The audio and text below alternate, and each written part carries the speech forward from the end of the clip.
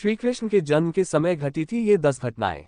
पहला है, 8वें मनु वैवस्वत के मनवंतर के 28वें द्वापर में श्री कृष्ण विष्णु के 8वें अवतार थे। जब उनका जन्म हुआ तब भाद्रपद के कृष्ण पक्ष की रात्रि के 7 मुहूर्त निकल गए और 8वां उपस्थित हुआ, तभी आधी रात के समय सबसे शुभ लग्न में उन्होंने जन्म लिया। उस लग्न पर केवल शुभ ग्रहों की दृष्टि थी। तब रोहिणी नक्षत्र तथा अष्टमी तिथि के संयोग से जयंती नामक योग में उनका जन्म हुआ था। ज्योतिषियों के अनुसार रात 12 बजे उस वक्त शून्य काल था। दूसरा, स्वयं भगवान विष्णु ने कारागार में प्रकट होकर देवकी और वसुदेव को दर्शन देकर उन्हें उनके पूर्वजन्म की तपस्या के बारे में बताया था और उसी के पुण्यफल हेतु पूर्वजन्म में ही उनके यहाँ 3 बार अवतार लेने का वचन भी दिया था। वचनानुसार विष्णु जी देवकी माता से कहते हैं कि पहले जन्म में वृष्णिगर्भ के नाम से आपका पुत्र हुआ, फिर दूसरे जन्म में जब आप देव माता अदिति थी तो मैं आपका पुत्र उपेंद्र था। मैं ही वामन बना और राजा बलि का उद्धार किया।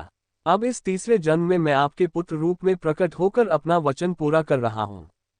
तीसरा है, श्री कृष्ण जन्म के समय भयंकर बारिश हो रही थी और यमुना नदी में तूफान था। कहते हैं कि ऐसी बारिश इससे पहले कभी नहीं हुई थी। चौथा है, श्री कृष्ण जन्म के समय श्री हरि विष्णु की आज्ञा से माता योगमाया प्रकट होकर देवकी और वसुदेव जी को उनके द्वारा श्री विष्णु के दर्शन और पूर्वजन्म की यादों को मिटा देती हैं।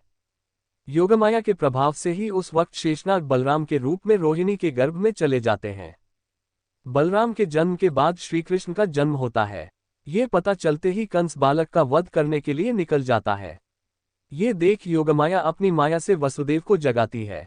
पांचवा है, वसुदेव जागते हैं तो वह कहती हैं कि कंस के आने के पहले तुम इस बालक को लेकर गोकुल चले जाओ। वसुदेव बालक को प्रणाम करते हैं और फिर योगमाया से कहते हैं कि परंतु देवी माता मैं जाऊंगा कैसे? मेरे हाथ में तो बेड़ियां पड़ी हैं और चारों ओर कंस के पहरेदार भी खड़े हैं। तब देवी माता कहती हैं कि तुम स्वतंत्र हो जाओगे। गोकुल जाकर तुम यशोदा के यहाँ इस बालक को रख आओ और वहां से अभी अभी जन्मी बालिका को उठाकर यहाँ लेकर आ जाओ। छठ है, योगमाया के प्रभाव से पहरेदारों को नींद आ जाती है। वसुदेव जी की बेड़ियां खुल जाती हैं और फिर वे बालक को उठाकर कारागार से बाहर निकल जाते हैं। बाहर आंधी और बारिश हो रही होती है। चलते चलते वे यमुना नदी के पास पहुंच जाते हैं। तट पर उन्हें एक सुपड़ा पड़ा नजर आता है जिसमें बालक रूप श्री कृष्ण को रखकर पैदल ही नदी पार करने लगते हैं। तेज बारिश और नदी की धार के बीच वे गले गले तक नदी में डूब जाते हैं। तभी शेषनाग बालकृष्ण के सहयोग के लिए प्रकट हो जाते हैं। सातवां है, माता यमुना भी प्रकट होकर बालकृष्ण के चरण छूकर नीचे उतर जाती है और उनके लिए यमुना पार करने का मार्ग बना देती है। आठवां है, वसुदेव जी रात्रि के अंधकार में बालकृष्ण को लेकर यशोदा मैया के कक्ष में पहुंच जाते हैं। द्वार अपने आप ही खुल जाते हैं। गहरी नींद में सोई यशोदा मैया के पास वह बालकृष्ण को सुलाकर वहां सोई हुई बालिका को ले जाते हैं। पुनः कारागार में जाकर वे बालिका को गहरी नींद में सोई देवकी के पास सुला देते हैं। तब योगमाया प्रकट होकर उनकी बेड़ियां फिर जस की तस कर देती हैं और कहती हैं कि हमारी माया से तुम्हें ये सब याद नहीं रहेगा। फिर वसुदेव जी भी सो जाते हैं। उधर योगमाया के प्रभाव से ही यशोदा और उनके पति नंदराय ये समझते हैं कि यशोदा के यहाँ पुत्र का जन्म हुआ है। नौवां है, बाद में कंस को पता चलता है कि देवकी ने फिर एक बच्चे को जन्म दिया है तो वह कारागार में उसका वध करने के लिए पहुंच जाता है। कारागार में पहुंचकर वह देवकी से पूछता है क्या ये लड़की है? देवकी कहती है हाँ भैया। तब वह कहता है झूठ। इस बार लड़की कैसे हुई? आकाशवाणी झूठ नहीं हो सकती। उसने 8वें पुत्र की बात कही थी, फिर लड़की कैसे आ गई? अवश्य लड़का हुआ होगा। कहाँ छिपा दिया है तुमने? तब वसुदेव कहते हैं कि जब मेरी आंख खुली तो मैंने इसी बालिका को देखा। मैं सत्यवादी हूँ, कभी झूठ नहीं बोलता।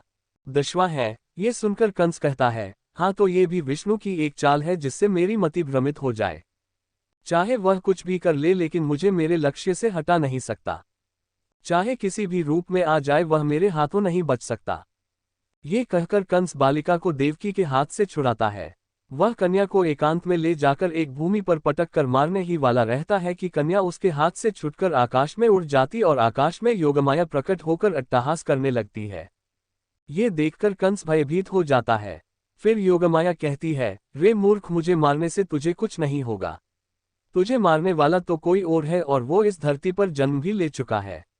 वही तेरा संहार करेगा। हे मंद बुद्धि दुष्ट, तू व्यर्थ बेचारी देवकी को कष्ट न दे और निर्दोष, दीन एवं असहायों की हत्या करना छोड़ दे। ये कहकर योगमाया अदृश्य हो जाती है।